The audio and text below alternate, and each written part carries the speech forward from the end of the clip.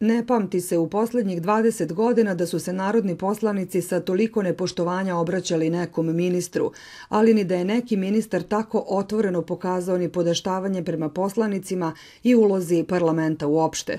Poslanici Srpske radikalne stranke često govore da ministarku građevine, saobraćaja i infrastrukture Zoranu Mihajlović treba hitno smeniti zbog malverzacija, a sada su imali priliku da joj to kažu i lično.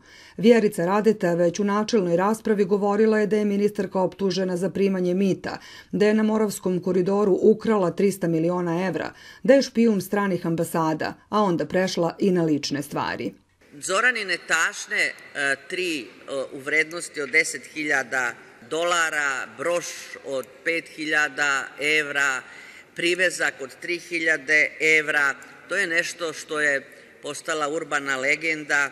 Nismo zaboravili ni krađu sa kartice ministarstva kada je Zorana Mihajlović u inostranstvu potrošila negde oko $1.500.000 na kupovinu kozmetike, donjeg veša. U svom odgovoru ministarka Mihajlović jasno je pokazala šta misli o značaju parlamenta.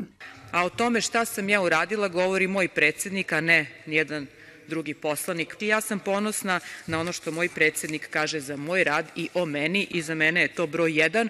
Za raspravu u pojedinostima i Radeta i Mihajlovićeva još su se bolje pripremile za okršaj. Kako vas nije sramota, lopužo lopovska, još mi se smete u lice. Nemojte, molim vas, koleginice Radeta.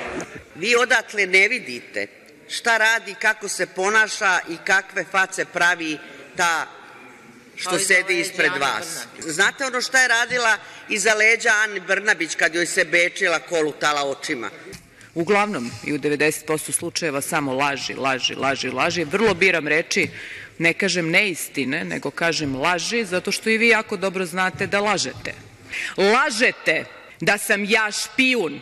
Ne znam da li je brojao, ali kada je Mihajlovićeva 19. put izgovorila da radikali lažu, predsjedavajući Đorđe Milićević pokušao je da je zaustavi. A i Radeta je nastavila. Potpredsjednici, samo trenutak. Vi za repliku kao i poslanici imate 2 minuta. Već je prošlo 4 minuta. Pa znate šta? Onda ćemo da radimo do ponoći ili još 500 dana, ali ja više, znači moje je da odgovorim na užasne optužbe koje ja ovde slušam. I samo još jedna rečenica i završit ću. Nikakav problem, završit ću. Mene ne traži ni jedan sud. Vas traže sudovi. Mene i moju porodicu sudovi ne traže. Pa verujem da ćete i doći tamo gde vam je mesto. Ovakvu salvu uvreda, ja mislim da nijedan ministar nikada od kad je Narodne skupštine nije izgovorio nekom narodnom poslaniku, pogotovo ne celoj poslaničkoj grupi, i baš iznenađuje da ste vi sve to dozvolili. Jel vi vidite ovo? Jel vi vidite šta ova lopuža radi? Ja vas molim samo. Šta me molite? Pogledaj šta radi. Ne, i vas i potpredsjednicu, molim vas. Izbacite sa sednice. Izbacije sa sednice, ona ne može sa ovim, pa ove odavde ste izbacivali zbog transparenata. Čuj, ona da stavi transparent da drži radikalska laž. Kučko, sram te bilo. Shodno članu 112 pravim pauzu u trajanju od 10 minuta. Posle 2 pauze, u nastavku sednice, atmosfera u sali bila je ispod svakog nivoa. Od otimanja transparenata predstavnicima ministarstva, pa do skandala kada je Milorad Mirčić otpakovao i pred svima pokazao donji deo ženskog veša, koji su radikali pripremili kao navodni poklon za ministarku. I to je jedino po čemu će ova sednica ostati upamćena. Pošto se ni veš, ni odštampani transparenti tu nisu mogli naći slučajno, donekle se stvorio utisak da je ova predstava bila prilično sinhronizovana, jer se ostala 2 dana, kada je set finansijskih zakona branio ministar finansija Siniša Mali, kritike radikala nisu tako glasno čule, iako je potvrđeno još 5 ugovora o kreditima.